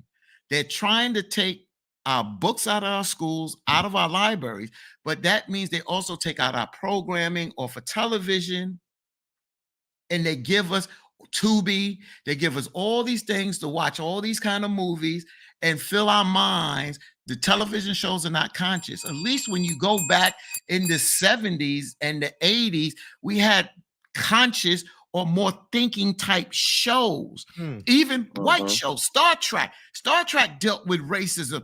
Uhura, who kept Uhura on Star Trek? Dr. King. She was leaving. Dr. King kept her there. The reason why we can't forget, that's why I put up these books, because if you go back and watch the videos, listen to the speeches, our brothers and sisters back in the 60s were very, very strong. And the common denominator then is, like you said, they traveled different roads, but they were going for the same outcome. So you got the Panthers and you got the US movement on the West Coast. You got the NAACP down south and across the country. You got SNCC. You got the National Urban League. You got these organizations. You got local organizations. And right now, the energy, that's a movement. We got motion now as Black people. We don't have a movement. We got motion. So that's why we cannot just turn the page or close the book on the brothers and sisters, because they were strong and they went hard. And when we learn from them, then we can advocate. You got to understand why. Why did Stokely Carmichael, that became Kwame Ture, why did he use Black Power as the slogan when he was part of Martin Luther King? And Dr. King knew that was coming, but Dr. King had a road that he was traveling, but he didn't knock Kwame Ture for doing that, because that's the elevation. The Panthers was doing what they had to do. You understand? We can't forget our brothers and sisters that what they did. We need to show our young folks how strong they was. What's the brother Newton that killed in Chicago? Right. Black Panther. Huey Newton. No, not Huey Newton. Not Newton. I'll get his name in a minute. He was headed up the Chicago Panthers. Okay, right. He got killed. Fred Hampton. No, Fred Hampton. Fred Hampton. He got killed. These were strong brothers, and you go back and look at them sisters walking in there with their afros, and it sounds like Shauna. That's the spirit today. But they try to kill our spirit, and they try to kill our spirit through different things out there. So I'm shutting up now. But Shauna, we gotta let our young folks, let them see the eye of the prize. Let them watch those kind of programs and see what our brothers and sisters were doing and how strong and articulate they were. We have to command the English language. When they throw nonsense at us, you chop them up. Donald Trump can't talk. No way in hell that you cannot deal with these Republicans. Tim Scott, none of them. They can't. Let Minister Farrakhan talk to them. He will eat them alive. With their own King's English. Exactly. With their own King's English. So we got to master what we're doing. I'm sorry to get emotional. No. Keep I talking, love my brother. people. No. Don't mind him because he might be a little off key. But when we're in unison, we can conduct the universe. Keep on. Hold it. I had to put it up there. I had to find it. That's why I needed you to keep talking. But folks, this is the truth. You might not like it, but this is the truth. Nothing but the truth. So help me God. Here it is. That's what we do. That's not what they do. That's what we do. You know, the worst thing that people want to happen is for us holistically to learn how powerful we are. Woo! That's why when people attack me, before I was poured into, before I knew why I was doing what I was doing, before my entire existence lined up with my purpose, I was out of control. I was giving them what they wanted, right? I'm sure Brother Fatim know what I'm talking about. Before Rosa Parks made her stance, or rather her sit, there was another woman. That part. Who was in front of that boycott. But why didn't they let her in front? Because she was too loud. She cussed. She was too boisterous. They needed a soft-spoken person at that. She didn't have the look. Time. She didn't have the look at that time. Right. In this day and time, in the 2023s, 2024, we can't be meek and humble. That's what they want us to do. Oh, you can talk, but you have to talk to where I like it. I like the tone. No, you need to hear the truth no matter how it comes out. Amen. But in order to speak up and out, you have to first educate yourself on where the fight came from, where the fight originated from, and what are we fighting for now. Amen. Claudette and we got Colvin. Claudette Colvin. That's her name. Claudette Colvin was the Say her first name. Black woman to refuse her seat on the bus. Yeah. I got a chance to meet That's and her. speak with Claudette Colvin. my God. Did you really? Colvin. Shoot, you got to understand. We're not here for play. If you hold it, I had to say it. We're not here for play, because that's why some folk think this is all it. See, Shauna, I'm gonna say this the best way I can say it. Sometimes you don't know who you around because you really just don't know who you around. We not here for play. Folks, see, folk have beat some of us up, you and I, Brother Fatim, others. They have beat us up so much that they don't want to recognize what we done brought to the table, who we know at the table, where we've been in life, and what we've done in life. Instead, they try to make it seem like we selling wolf tickets. But baby, we got receipts. Got to understand, Brother Fatim posted a picture of him with the Black Eagle. Hold on. So while some of y'all are talking about, I listened to the Black Eagle. Oh, he got a picture of him with the Black Eagle. I have my own picture of me with the Black Eagle. Listen, we know folk. Hold it. Fatim got probably pictures of him somewhere shaking hands with President Obama or with Michelle Obama or with certain folks in the room that you say, I can't believe he in the room with these people. Baby, we ain't here for play. Brother We ain't here for, Fatim, we have receipts. We have put microphones in front of folks. We have I had receipts. people come to tell me, just like they did with Kamala Harris, what makes you qualified? What education do you have? What makes you able? And I have to tell people sometimes, God don't send who is qualified. But he qualifies. He qualifies who he sent. Come on now. You know, and the biggest thing when Martin gave his speech, I have seen the mountain. I've gone to the mountaintop and I've seen the promised land. He ain't never said we got there. He said he saw it. Right. He said he said we may. He said I see us We getting ain't there. But I may not there. make it with you. I might see. We're not there. Right. Hold on. We should always be evolving.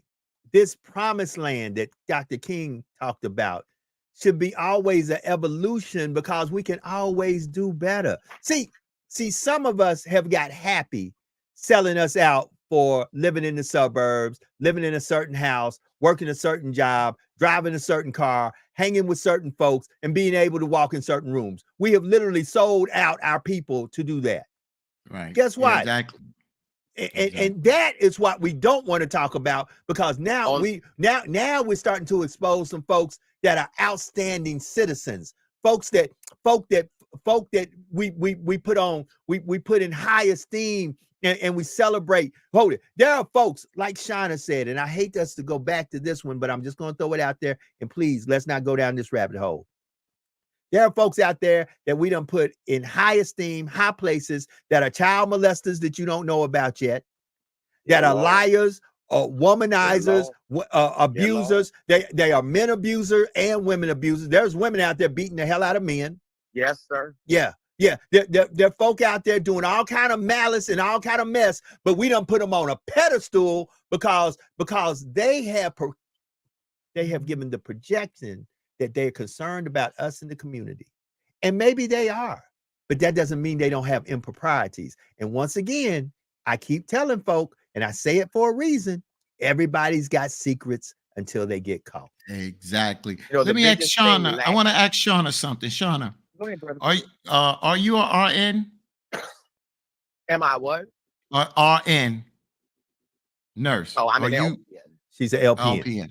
Okay, so one of the things, as we're talking here, RNs, LPNs, as well, they are in the, when I use the word, I know the difference, but for folks, they're still under the same umbrella. You understand? Yes. And Shauna talks about the racism out here. We're talking about, you just heard what we're talking about. And I just want to tie this in.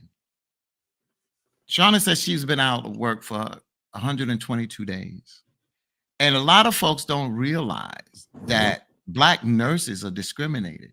Shauna says that she is an outspoken person, but don't think Shauna is just persecuted because she's outspoken. There's other Black nurses that are outspoken or not outspoken, but they're discriminated because of the color of their skin.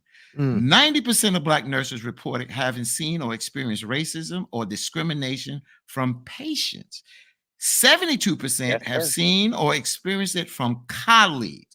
Many Black nurses told us they struggle with burnout because of racism they face from patients and colleagues. And that is how the system is set up. And then when you complain about it, they ostracize you. And then the other Black nurses that are scared to lose their job, you understand? That they're not going to stand up for that nurse that is being made an example. I'm just tying this all in. Yes. Brother Patine, that is actually how my name derived, the conduit. Okay. The conduit is a conduit is a passage. It lets things go through. It's not always helpful things, but it allows the passage of things to go freely through. I can remember one nursing episode. There was a Caucasian lady on hospice, and I was pretty much the only one that could deal with her when she was having a bad day, and so she came behind the nurse's station.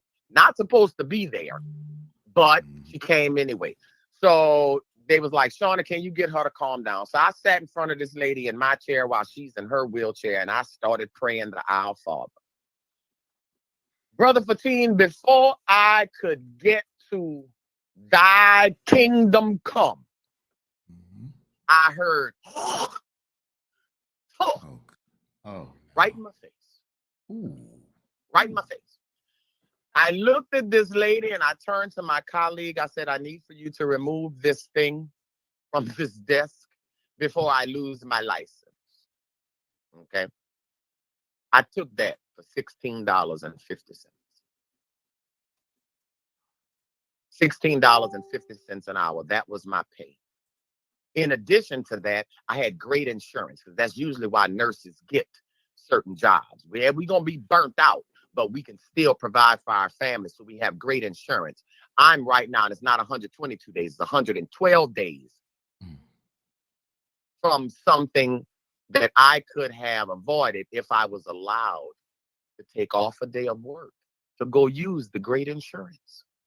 There are so many things that occur in nursing. When the COVID came out, they had thousands of Caucasian nurses walk out because they didn't want to get that COVID shot. But us black nurses couldn't do that. Why? We ain't never going to get the opportunities as them other white nurses. You think somebody is going to put me in the front of some supervisory position? Not because I'm not qualified. It's because I'm not able to be railroaded. I'm not going to allow injustices. And they don't come just from white folks. Come on now, preach. Come on, come The on. worst job I had was from a black doctor. And let's It was just from a be black doctor. Elliot, And because my loyalty to my people supersedes my people's loyalty to me, I haven't said anything to this man yet. Not yet. So racism, sexism, ageism, all of that exists. And it is so prevalent in the black female nursing capacity. And what happens when our sisters get up there in them positions? Nothing. Nothing. Oh, At all. but you can interject. Okay, we use the nursing profession. You can interject teaching. You can interject, be exact, you can interject probably any job that there is a person of color on that job. You can interject there that there is always one who always says what needs to be said, and then they are made example of to put everybody else in line. You can use nursing, you can use teaching, you can use in the manufacturing sector, you can use anywhere where there is a black voice that says, this isn't right.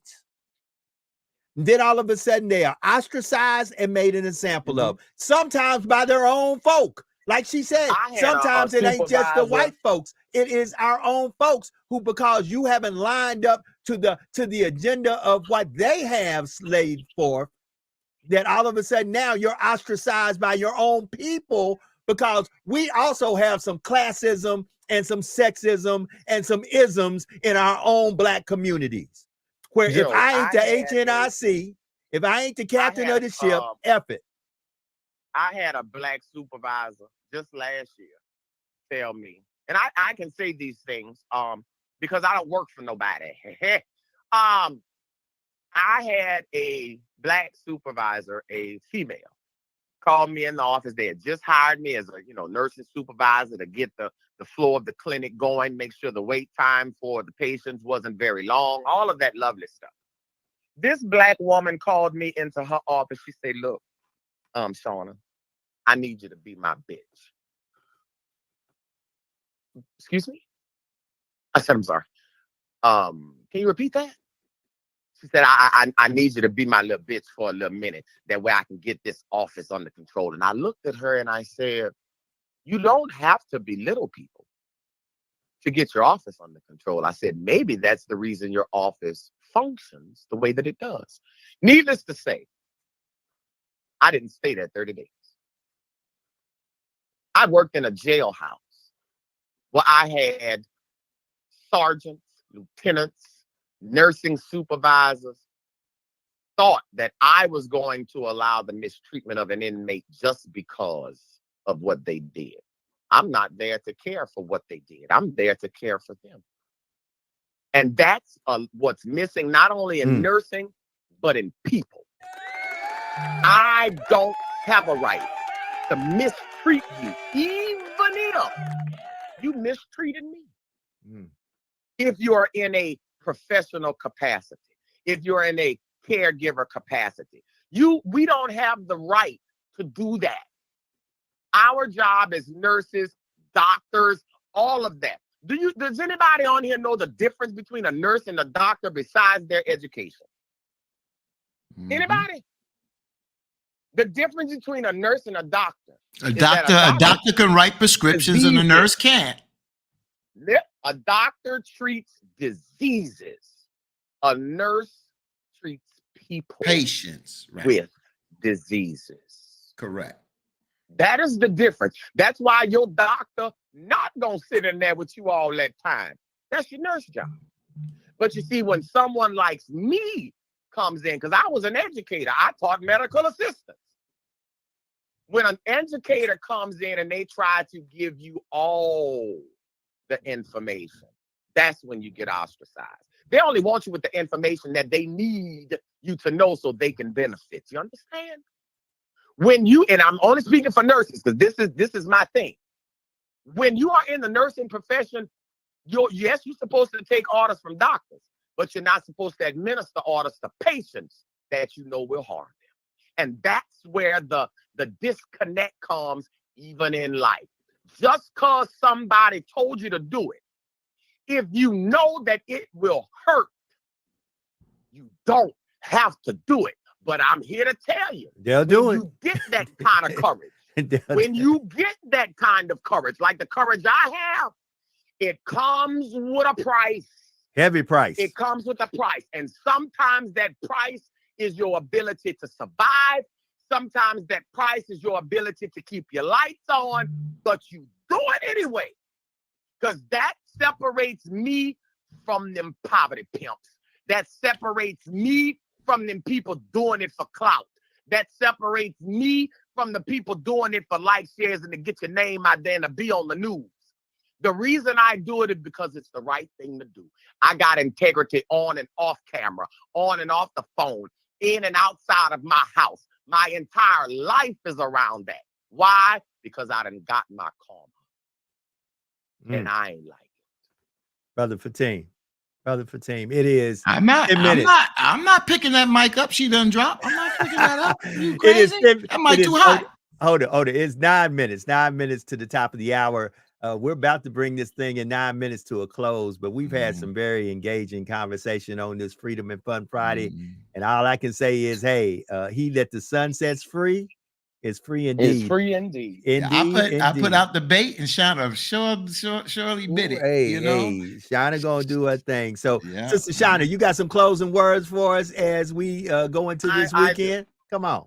I do. As we embark on the second day of February 2024 in what has been named Black History Month, I implore every Black person and white people, all of them. My mama would be upset if I didn't include her. Right. I implore all of you to find out what your contribution is to Black people. And if you have to sit past a minute or 2 minutes and you have no answer, that means that you are hurting the Black community. Use this month to uplift not only yourself, because if you are not uplifted, you cannot lift anyone else. Use this month to fill yourself with the knowledge of where you came from so you can figure out where in the hell you going. That was the conduit, y'all. Shauna Sias.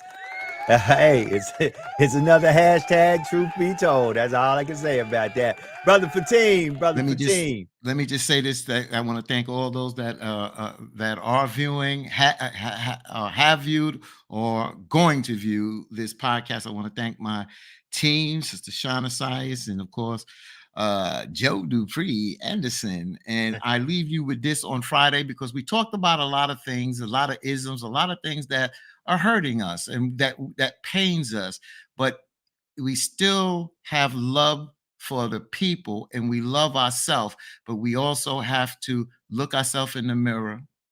We have to correct the things that need correcting, and we have to be a better us so that we can treat you better and you can become a better you. So I just leave you with this. Let's continue to celebrate our stories and uplift each other. Stay inspired, stay empowered, and until next time, keep shining. That's what I'm talking about. My good friend, Brother Fatim. I like to thank the four corners, the four horsemen, the four extraordinary individuals who are part of the League of Extraordinary Microphone Wreckers. Brother Fatim, Sister Shauna, Sister Jax, yours truly. Listen, family, it is Friday. TGIF. Thank God it's Friday, and thank God I'm forgiven. Today, review yesterday. Make whatever happened a step that you can step on toward a better today and tomorrow. Tomorrow's not promised to nobody. So right here, right now, relish the moments that you have and make the best out of it. Ask yourself, as Dr. King said, at this moment, what am I doing to make life better for others? And begin to do what needs to be done to make this world a better place. I always close with the following. Hey, there is no secret what God can do. What he has done for others, he will and he can do for you. For when God is with you, nothing or nobody can stand against you. I'm going to end this with a little incognito, because on this Freedom and Fun Friday, regardless of where we stand on the issues, you're still a friend of mine. Still a friend of mine. Yeah. We up out of here. Be good. Have a great weekend. We'll see y'all Monday, 8 o'clock. If the Lord say the same. We up out of here. Hey.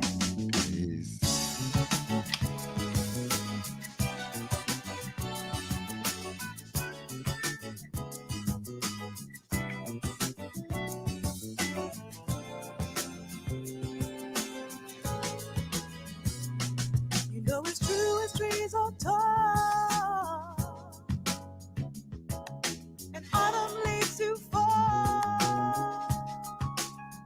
Ooh, it sometimes rains in paradise, and even the warmest heart can turn to ice. I know it happens to us all.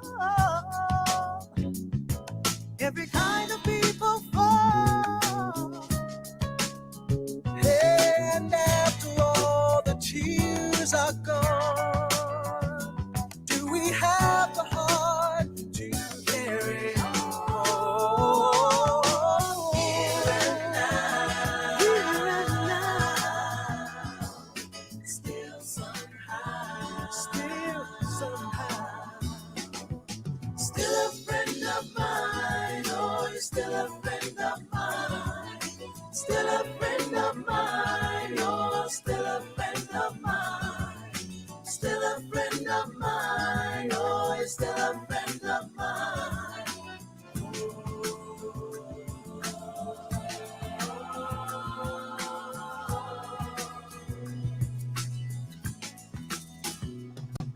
Think of all the times I hurt you and never fought it through. Oh, I treated you so badly, baby. Could such a cruel heart ever be free? I know it happens to us all. Every kind of people fall. Ooh, and after all is said and done, do we have the heart to carry on?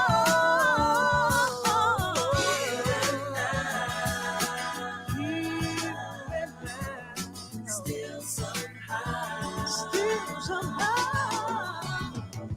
still a friend of mine. Oh, you're still a friend of mine. Still a friend of mine. Oh, still a friend of mine. Still a friend of mine. Oh, you're still a friend of mine.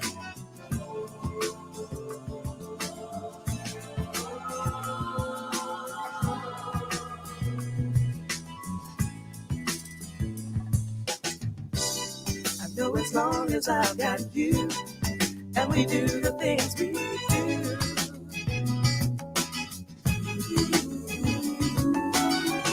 The next time, baby, that our love breaks down, I'll do the best that I can to turn it around.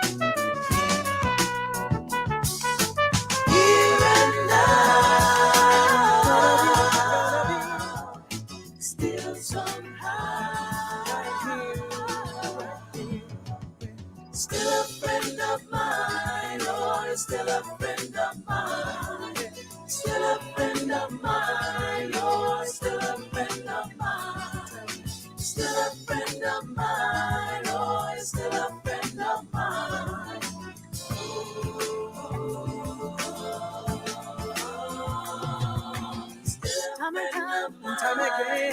It's gonna be right here for you, baby. Seasons come, seasons go. It's gonna be right here for you. Time and time again. It's gonna be right